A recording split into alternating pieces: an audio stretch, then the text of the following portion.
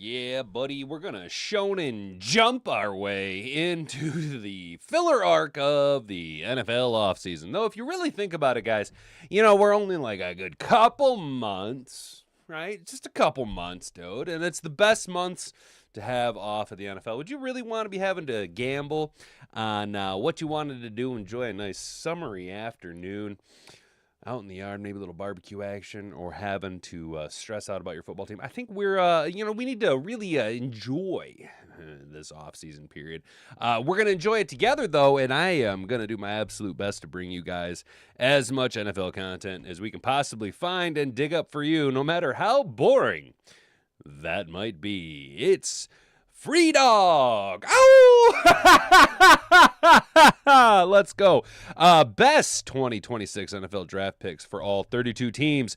Jermon McCoy and Arvell Reese generate surplus value. We're not going to get too deep in it, but we will poke through all 32 for you and for me as well. Before shifting gears to the Detroit Lions, new Lions undrafted rookie Erick Hunter is more athletic and a better player than Alex Anzalone was coming into the league. How the Lions might have pulled off a heist with this HBCU standout. The Lions might have found the perfect culture fit and the guy who can make an impact after the draft. Look. You guys know where I said yesterday. It's not that I'm like overly excited about undrafted rookie free agents because that's an old mentality, but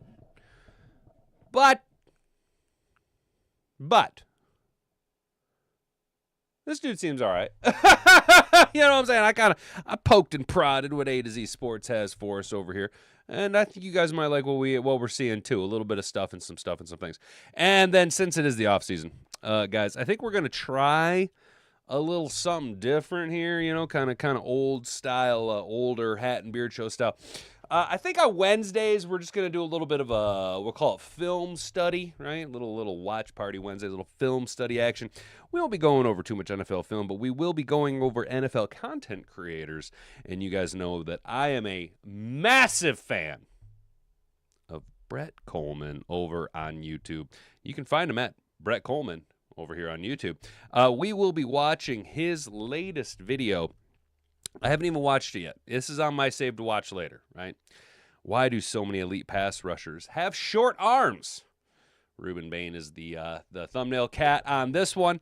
Obviously, the hot name coming up, but we will look into why so many elite pass rushers have short arms and the emphasis on the short arms. You heard us talk about it quite a bit during our mock draft processes. Guys have short arms, right? And the arm length really comes in big and heavy. Most notably, Will Campbell and his little stubby arms got kind of taken advantage of and abused over at during the Super Bowl in New England. But guys, we will do all of this and be taking your chats. Go ahead and subscribe to the channel if you haven't already over on YouTube, Rumble, and Kick. Kick's up to 20. Dude, y'all over here need to, first of all, YouTube is kind of going through and kicking people, right? They are wiping smaller content creators off the platform, and for little to no reason. If you want to follow a little bit of a situation that developed, Aiden Paladin, who's a larger content creator, she luckily had enough pull and weight behind her to get a little bit of more digging and her channel's restored. But some of these smaller channels that don't have the weight and pull, it's just not going to happen. You know what I mean? You're just done, and that's it. And see you, sayonara. Catch you later. Which is why I encourage you guys and invite you to go down to the description of this video. There will be links to both Kick and Rumble. You can click on those, take them directly over to my channels, and you can subscribe over there. Rumble is, of course, our built-in security, our redundancy for when YouTube ultimately lets us down. And, of course, if you want to engage with the YouTube chat, you do have to be subscribed. There is just a tiniest amount of skin in the game. But I do think you tend to get a pretty good, or tend to generate a pretty good ROI on that. You know what I'm saying? So hit the like button, share this video around with all of your friends. Of course, I am Hat and Beard. You are Mad Hatter Nation. You are a bastion of sanity and a sea of nonsense, guys. We're going to go ahead and kick it over to Jocko and get into the show. If you can say the word good, guess what? It means you're still alive. It means you're still breathing. And if you're still breathing, well then hell, you still got some fight left in you. So get up, dust off, reload, recalibrate, re-engage, and go out on the attack.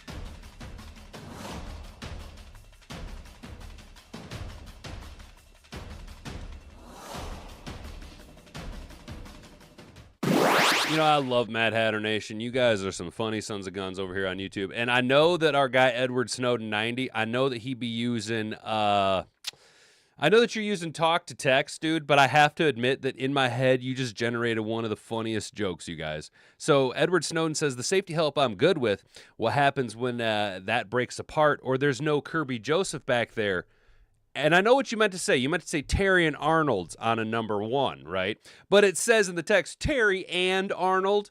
And I think that's hilarious because I think we have seen both Terry and Arnold. But what I need is Terry and Arnold on the field. You know what I mean? I need him to put both the Terry and the Arnold together to make Terry and Arnold. You know what I'm saying, dude? That's what I absolutely need. Stumbled into that one. That's a pretty funny one in my opinion, dude. Nicely done there. What's up, Brent Supreme? How you doing?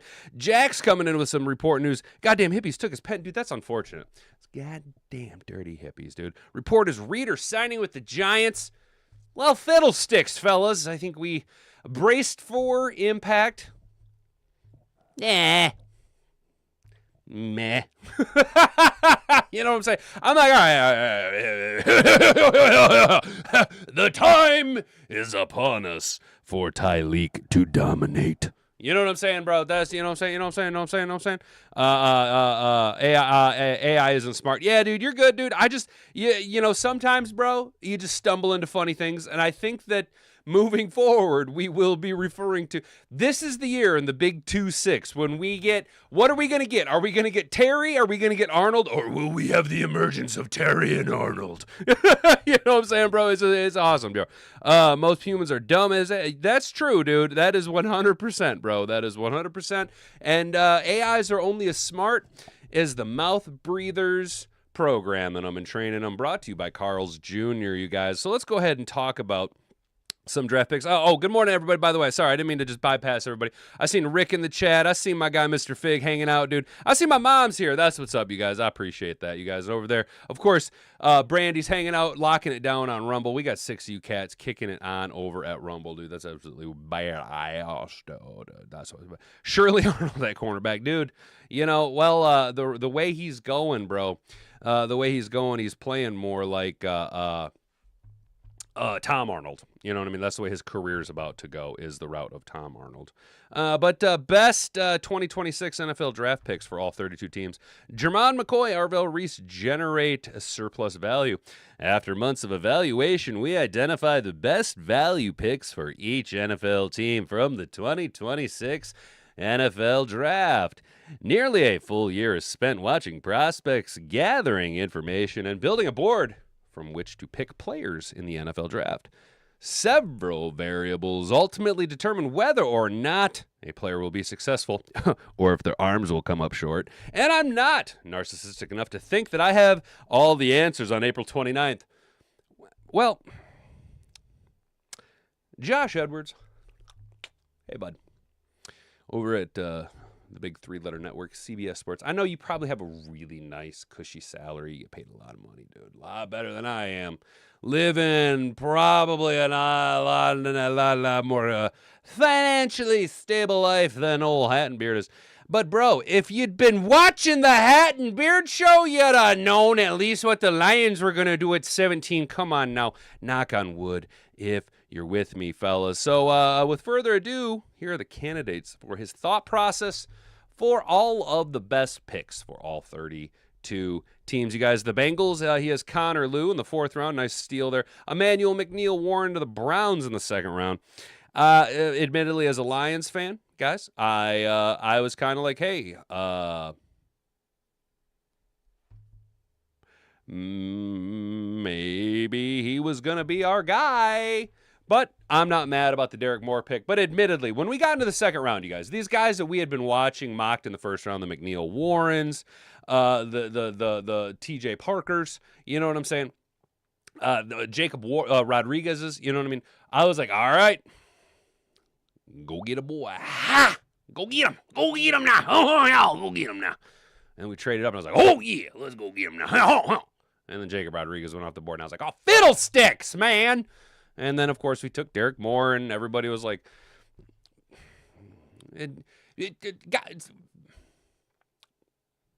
does it kind of feel similar, the Derek Moore draft pick for the Lions kind of feels similar when we took Tyleek in the first round last year, where it's just kind of like, huh, okay, well, let me go ahead and, all right, okay.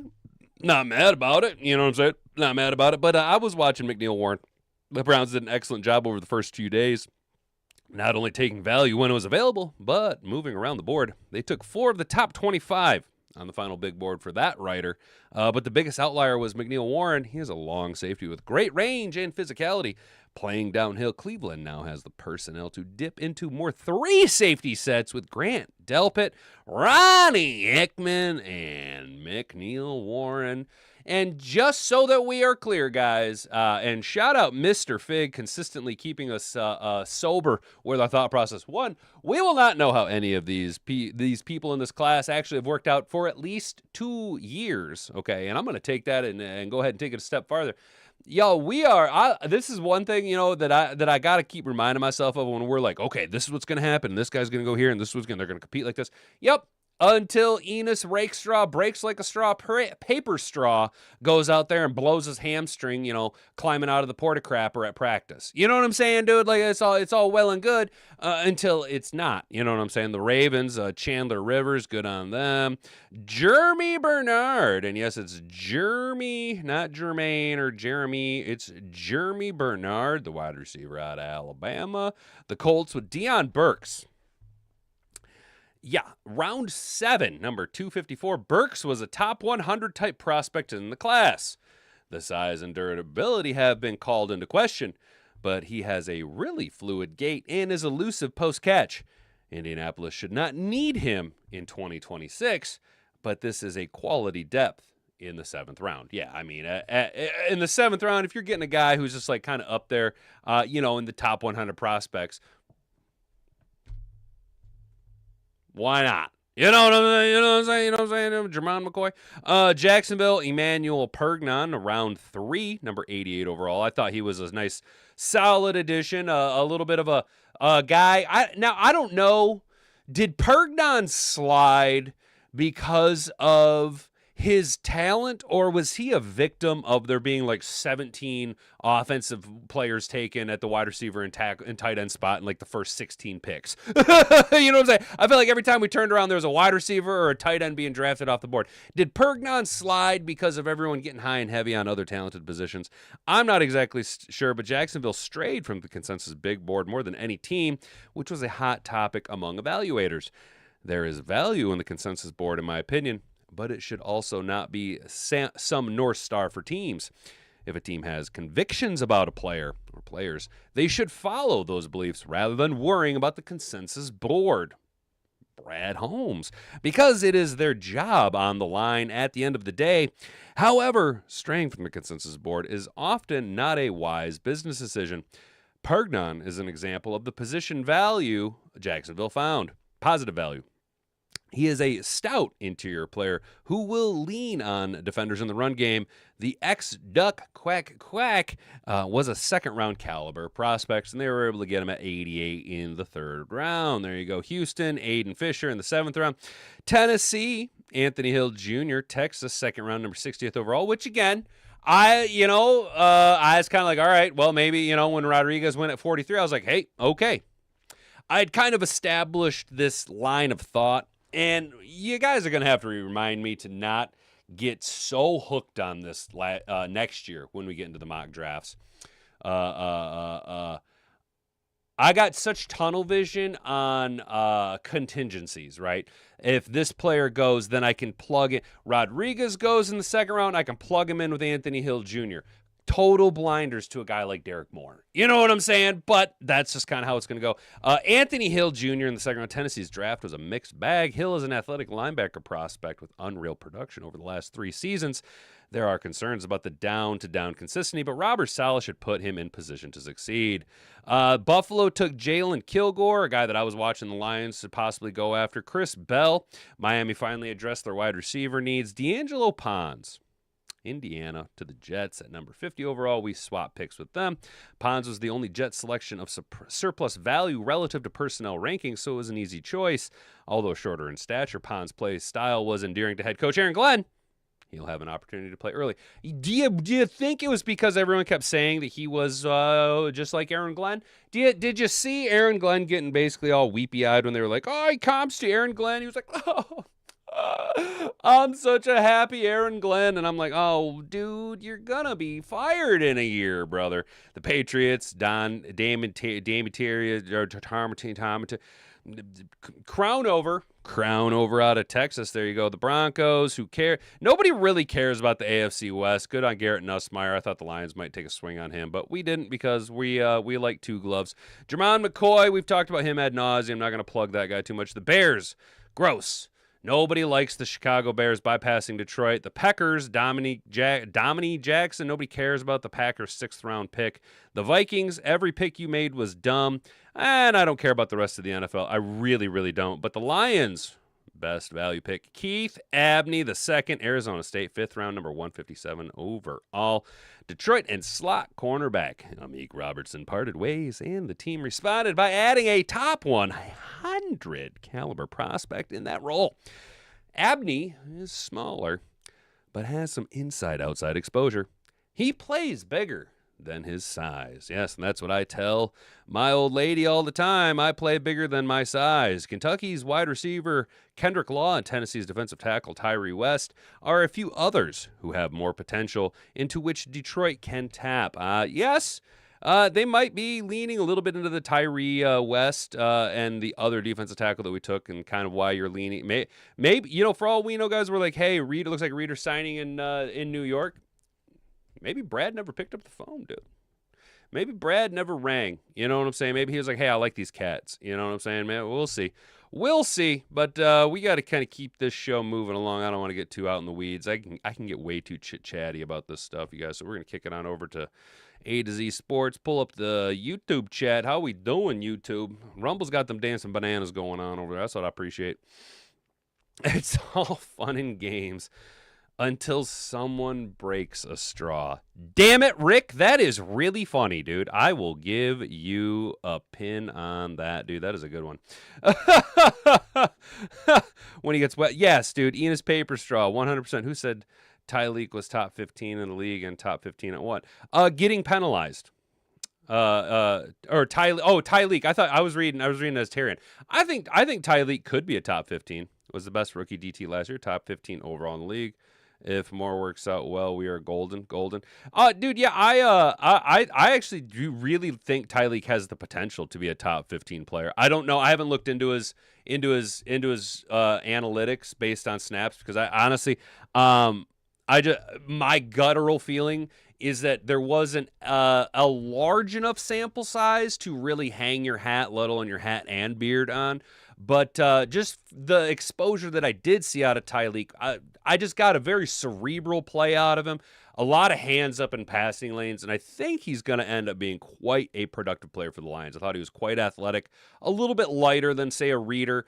But, maybe this offseason put a couple 5-7 pounds on, maybe, I don't know, just straight solid muscle, have a little bit more push and control. But the snap count going up this year will definitely be a telltale indicator on what his role is and what the Lions feel about him.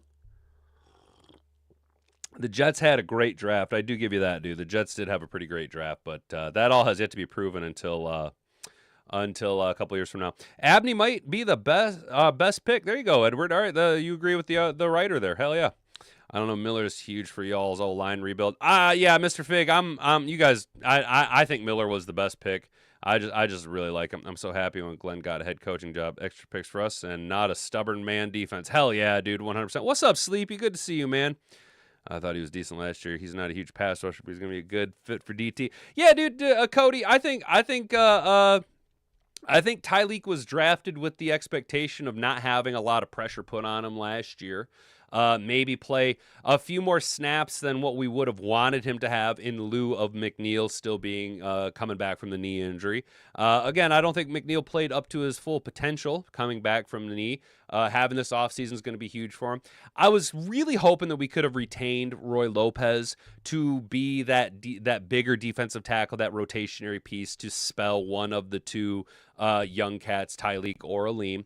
But I do think that Tyreek is going to have a real big. I would be more encouraged that Tyreek will not have a sophomore slump, that he will take that step forward versus a step backward. Of course, barring any injury. You know what I'm saying? UDFA signing by teams. Yeah, dude, that's what we're going to talk about here is the Lions undrafted rookie signing. Appreciate it, Jack. Thanks for keeping things going on transforming his body. In the offseason, like Aleem did, he was a great pass rusher his sophomore year at OSU before he moved from a 3T technique to the nose. Hell yeah. Cody, I agree. Last year it did feel really down for McNeil. But again, he missed a good chunk of time, still coming back from the knee, and just kind of forced to maybe rehab a little bit in game. You know what I mean? Maybe he was like at that 93, 95%. Wish you could have had him at 100%. This year though, for all, him and Tyreek could be working out together, a chemistry build between the two of them. I do think that the Lions will benefit from a DJ Wonnum. All three of our defensive line starters, the tackles, and obviously Hutch, will benefit from a better defensive end all three downs like Wonnum brings versus, say, a rotationary piece of Marcus Davenport and Al-Qadim Muhammad, Aleem McNeil, Al-Qadim Muhammad. And then I think Derek Moore slowly becomes more, at least at the beginning, a nice luxury piece that can just go out there, kind of just go out there and let him be a pass rusher, let him slowly cultivate his rush defense, temper your expectations, that type of stuff. Last year he was coming off ACL. If you're disappointed.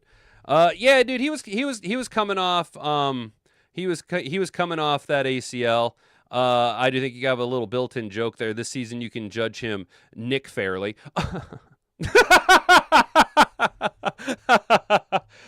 Yeah, I didn't expect much out of Aleem last year. I was just glad. How's this?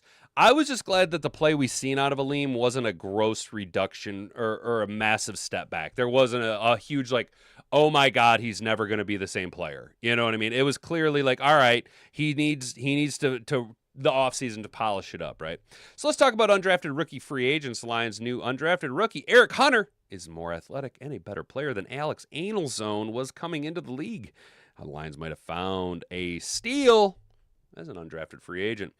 The Lions did the thing they always do. They headed to the open market and signed some undrafted free agents. Some Lions fans saw the reported deals of some of the guys, and they saw he was getting 3 years and $3 million. They assumed the Lions were super high on him. The truth is, the deal is boilerplate. Basically, every UDFA gets something around that. Let's go. Appreciate that clarification. The slipper. The Lions might have found something special in Erick Hunter. Hunter played at the HBCU Morgan State, and last year he had a crazy good season with 102 tackles, 14 TFLs, 4 sacks, a pass breakup, an interception, and a 90-yard blocked field goal return for a touchdown. Let's go. Unfortunately, that's all we really know about the kid because finding film on an HBCU player isn't the easiest thing to do. So the slipper reached out to Mr. Kyle T. Mosley, the founder of HBCU Legends, which is part of Sports Illustrated Network. Right off the bat, Mosley told me, all of the things you know about Brad Holmes and Dan Campbell love. Hunter was a team captain, a consummate leader on the field. He doesn't go out and party, and oh yeah, this trait that we know the Lions love, he's a self-proclaimed, quote, film junkie. He said, I lived off campus, around 12 miles off campus. So instead of me going to my apartment, I stayed in the coach's office after we had our practice because their practices usually ended around 10:30, 11 o'clock a.m. And he said, I just stayed on campus all day if I were not going to classes. I was in the coach's office watching film. Hell yeah, pretty textbook example of what the Lions culture. A guy who loves ball and eats and sleeps it. That's exactly. My name is Erick Hunter, and I play football. What about what you see on the field with Hunter? What position is he going to play at Morgan State? He was the will linebacker and the Mike backer. For some reason, when the reports came out, he was listed as an edge. Where is he playing at? Mosley shed some light. When I spoke to Erick, he said that NFL teams looked at him as a Will or a Sam, and also a couple of teams because he interviewed with 31 out of 32 teams. But he said a couple of teams also asked if he could do the Mike. Let's go. When I see him, Will linebacker comes first to mind, but I also wonder if he has the potential to play at the Sam role. He is able to drop into coverage. He can set the edge in the run game where PFF gave him an 80 grade. He can rush the passer. He got an 88.9 grade there. Let's go. So do you think there's a spot for open for him right now, depending on whether the Lions want to move Derek Barnes to the will or not? Worst case, Hunter can fight for a rotational spot in that area. You might remember the Lions tried another HBCU player there not long ago in James Houston. Speaking of Houston, Mosley compared Hunter to Houston, but gave Hunter the edge in terms of being a more complete athlete. If you look at what James Houston was able to do coming out of Jackson State, they have a similar type of style of play.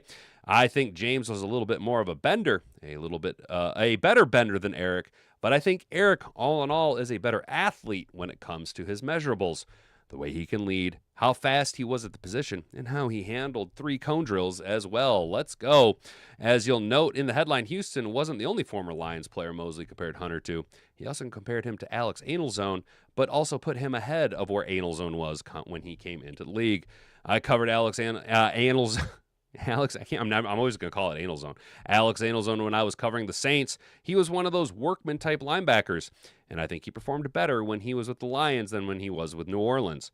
But what I saw in Anelzone earlier, and oh my gosh, Anelzon? Anzalon. What I saw in Anzalon earlier, and what I think I see in Erick Hunter is a more athletic and better player than Alex Anelzone was coming into the league. That's pretty high praise. Goes on to just glaze. Let's go, you guys. What do you think, huh? Are we hanging our hat and beard on this guy being a contributing Hall of Fame caliber player, going to rock the world, be Defensive Rookie of the Year? Probably not. Stranger things have happened. And you like the comp. You like the fact that they're going, hey, you know what, dude? He's better than James Houston was coming into the league. He's better than Alex Anelzone is coming into the league. This kid can ball. This kid can ball, dude. Let's go. Let's go. I'm not mad about it. How do we feel, you guys? I'm definitely looking forward to the preseason. Yeah, me too, guys. Me too. I'm already champing at the bit for preseason football, you guys. Putting edges together, alternate in and out with Hutchinson. American, I would imagine that we will have quite a rotation. I'd like to see Hutch get down around about the 900 snaps per year rate instead of the 1,000 plus he's at. Considering safety, he's our coverage linebacker. Yeah, Cody, that's kind of what it looks like. We'll just see. He's an athletic freak.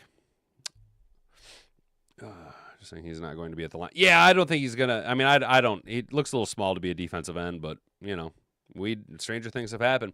All right, guys, so it is Wednesday, which means we are trying out something new. All right, hit the like button, share this around with all of your friends. If you haven't already, subscribe to the channel.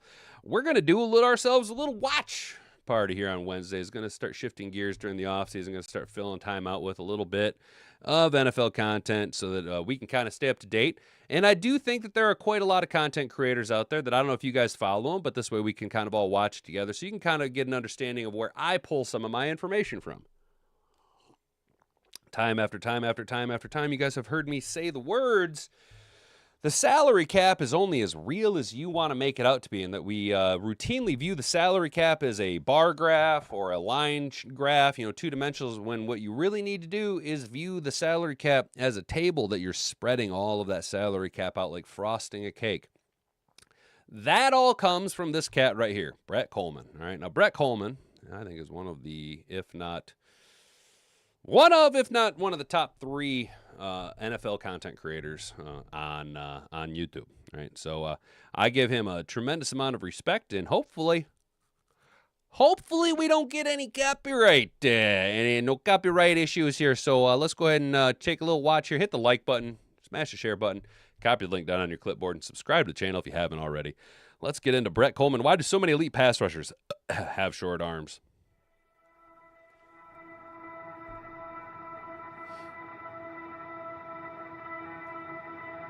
Pass rushers come in all shapes, sizes, and skill sets. Big ones, small ones, fast ones, strong ones. No matter what flavor you're looking for, you can find it here. I'm at the NFL Combine, obviously, which is where every single year the top players in college football converge to do team meetings, medical evaluations, and most critically for today's show, athletic testing. When it comes to the value of those physical measurements, the only thing that anyone can agree on is that nobody can agree on them at all. Does arm length matter? Does raw size matter? How about speed or bend? What is actually important here and what is not? These are all the questions we're going to attempt to answer today. So stick with me for today's show. Hopefully we all learn something together. And welcome, finally, to Indianapolis.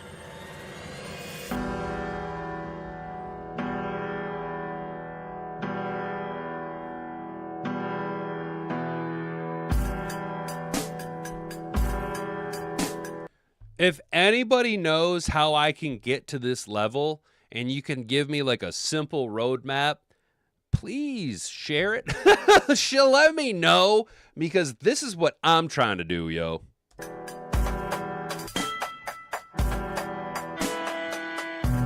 By chunks of me, you're a shark and I'm swimming. My heart still thumps as I bleed. And all your friends come sniffing. Triangles are my favorite shape. 3 points where 2 lines meet. Toe to toe, back to back, let's go. My love is very late till morning comes. Let's desolate.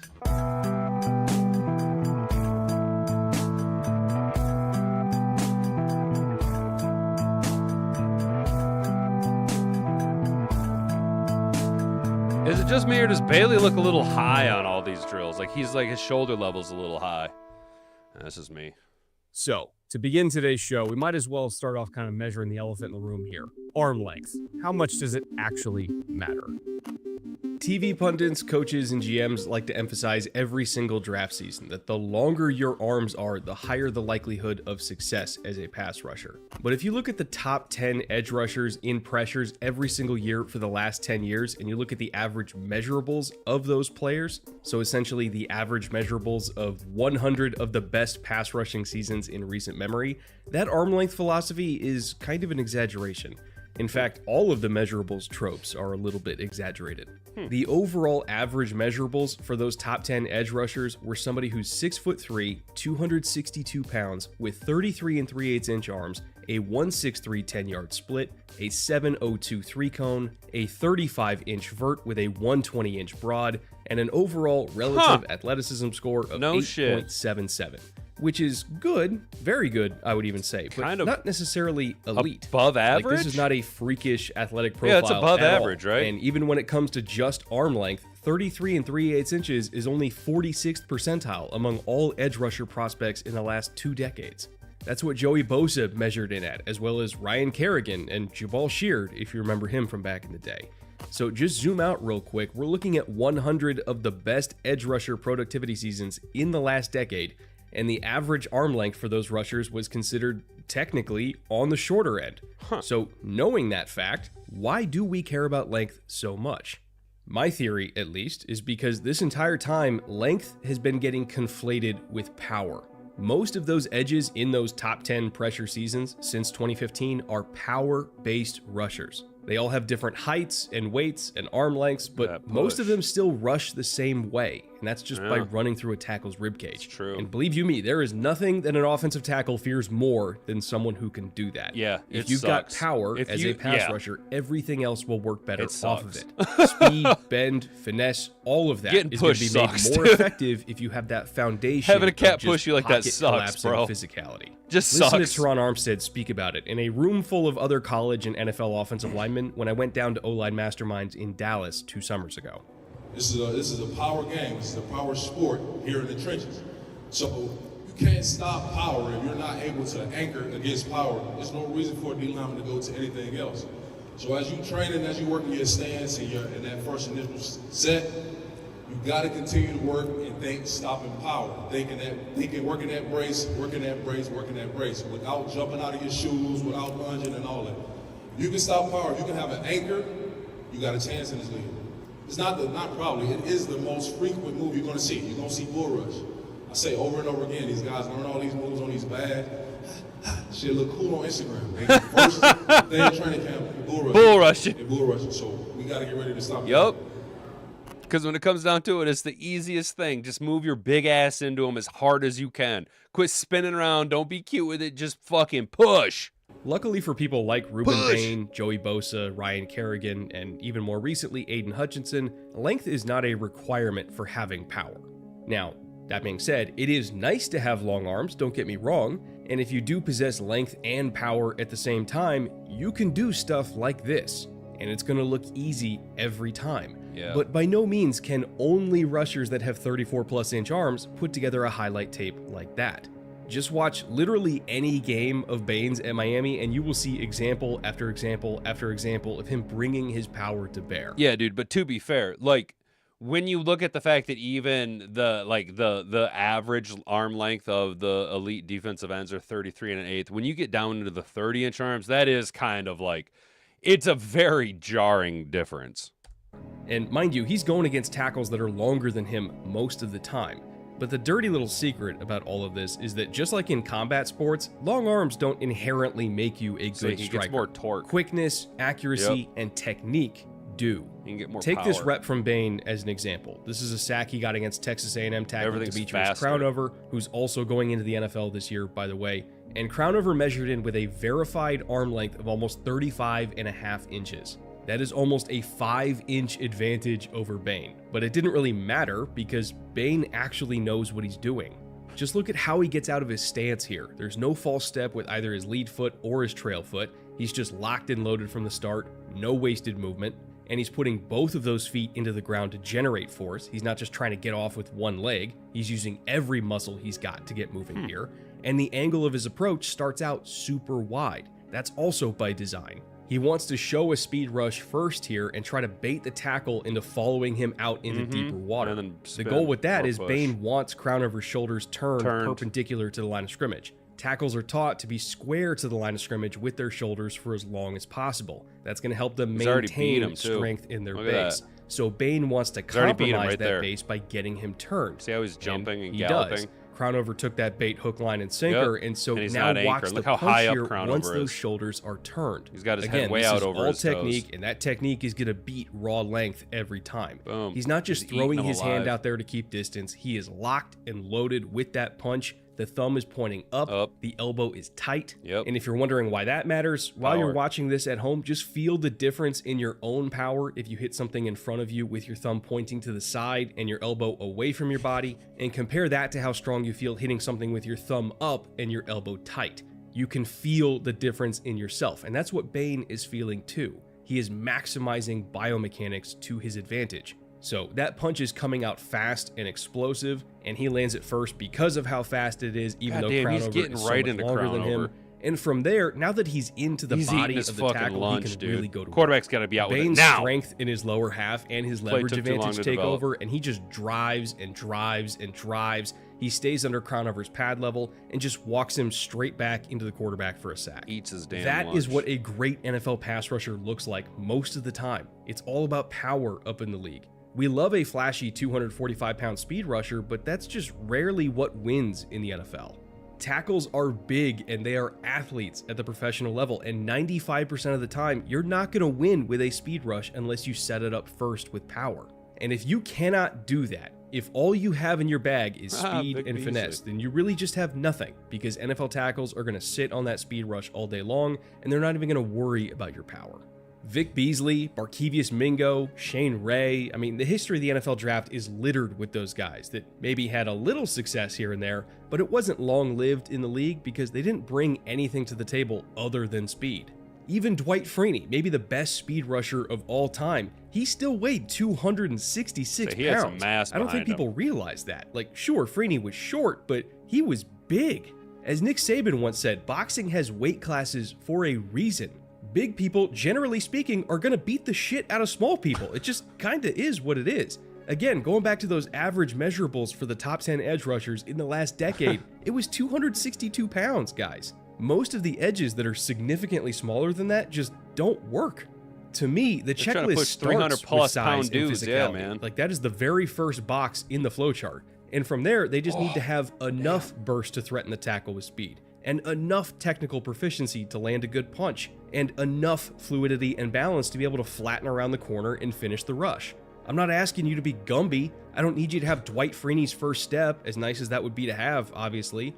I just need you to be functional. He says, in I those ain't areas. asking you to be But the Gumby. true foundation of the grade, the thing that is non-negotiable if you want to be an every down starter in this league, is that you have to have power.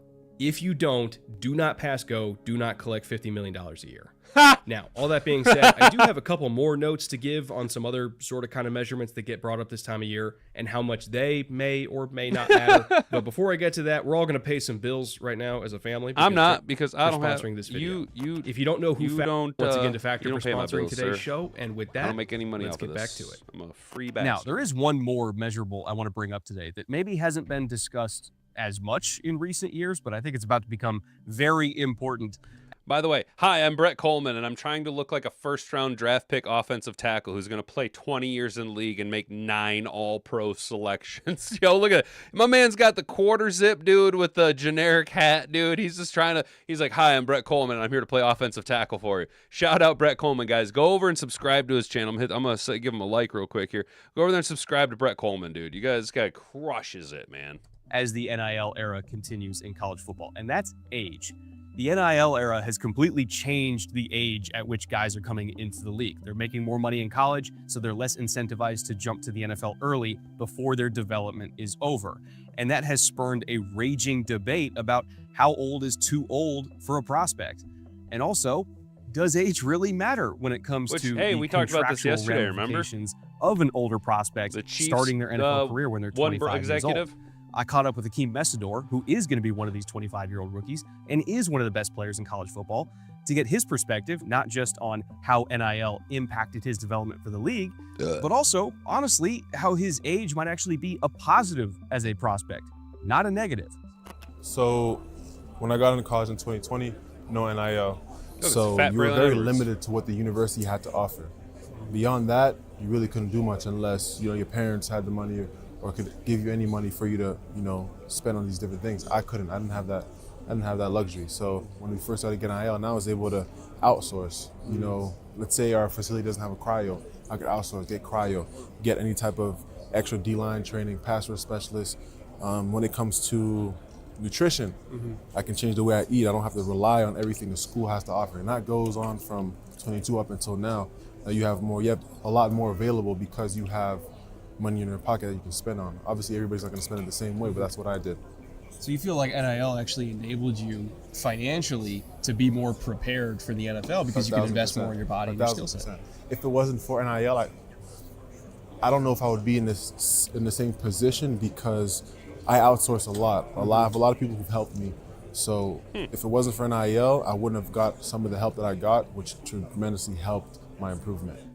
Just listening to that little bit, it's obvious to me at least that Messidor already treats football like his career, just like many other college players do now, Damn, because that was painful it literally watching you is say. their careers. They're paid a lot of money to do a job, and that job is winning college football games. So to do that, they invest in themselves outside of the facility, just like NFL football players do. And that speaks to the maturity of an older college prospect that's played enough football in their life to understand the value of recovery and off-season training to develop skills over the summer, because coaches don't have time to do that during camp in the NFL, or even at the college level at this point. They're more focused on installs, not teaching you how to land a cross chop.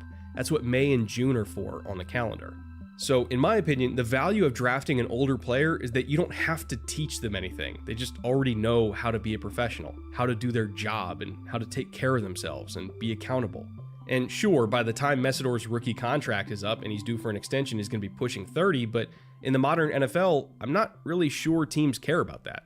GMs aren't thinking 5 years ahead, they're thinking 2 years ahead, maybe 3 at most. The league changes so fast now, and windows open and close in a matter of months, not years. So passing on a player who's better right now, just because a younger player might be better in 4 years, just doesn't really compute anymore. Blake Not Miller to mention, over Monroe contracts at certain Freeling. positions like edge are scaling so fast that if it takes a 20 or a 21-year-old prospect 3 full years to develop enough to be as good as Messidor is right now, then you aren't really getting any surplus contract value. By the time they're good enough to warrant a high dollar extension, well, it's time to do that extension. You burned almost all of their rookie deal just waiting for them to turn into a player that's worthy of paying.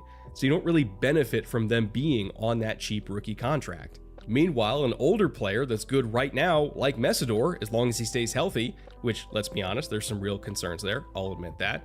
But still, if he stays healthy, we know he can contribute immediately. We know he will provide surplus value. And ultimately, that is what GMs care about, because that benefits them right now and keeps them employed.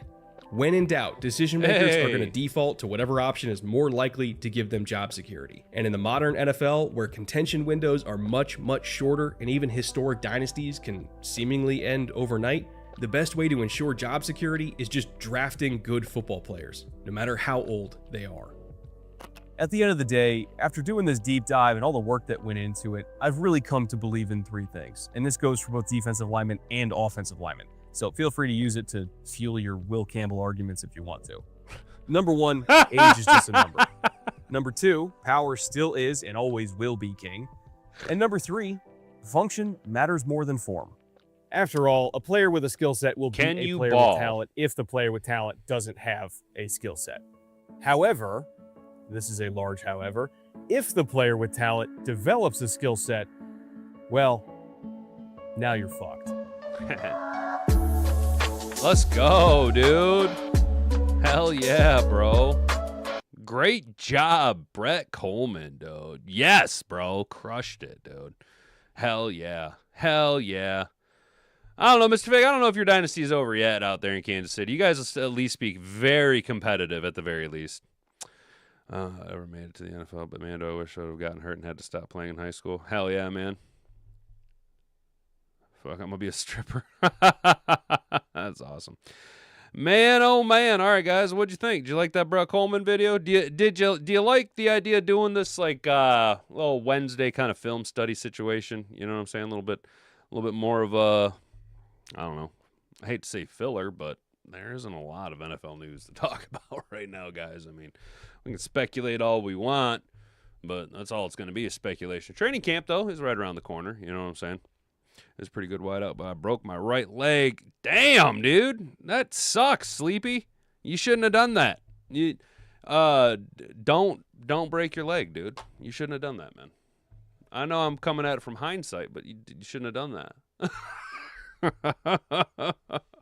But you know what, bud? You never know, dude. You could have been like me. I got offers and opportunity to play college ball, dude, but I decided to be a fucking degenerate loser instead.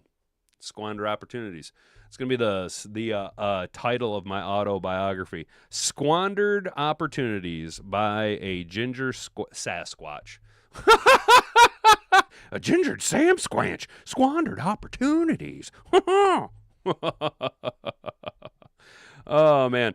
Well, guys, I think it did okay. I think we might proceed. Not necessarily always with Brett Coleman. Maybe you know I like to watch them Flemlow videos, dude. I like watching Flemlow. Might toss in a little football analytics. The kid over there in Minnesota, even though he's a Vikings fan, it is what it is. You gotta make the best of it, dude. And actually, I'm pretty sure that Brett Coleman is a Bears fan. I think.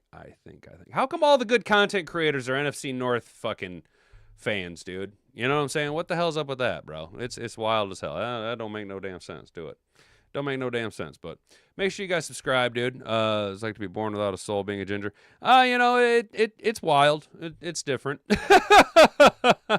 Yeah, Brandy, if you get to go to training camp, hopefully you take some pictures if you can and put them, share that shit on Twitter, dude, because that's fucking awesome. That's like I'm hoping to get to the point where I can like go to training camp. I'd really ideally, dude, in my opinion, you guys, I wish I could be a YouTuber like Brett Coleman. I wish I could do content like that guy, dude. That guy's got it figured out, dude. That shit is where it's at, dude. That short form, high quality production content, dude. Yeah, this shit's fire, dude. I like that shit, dude. I like that shit, bro. That's good stuff.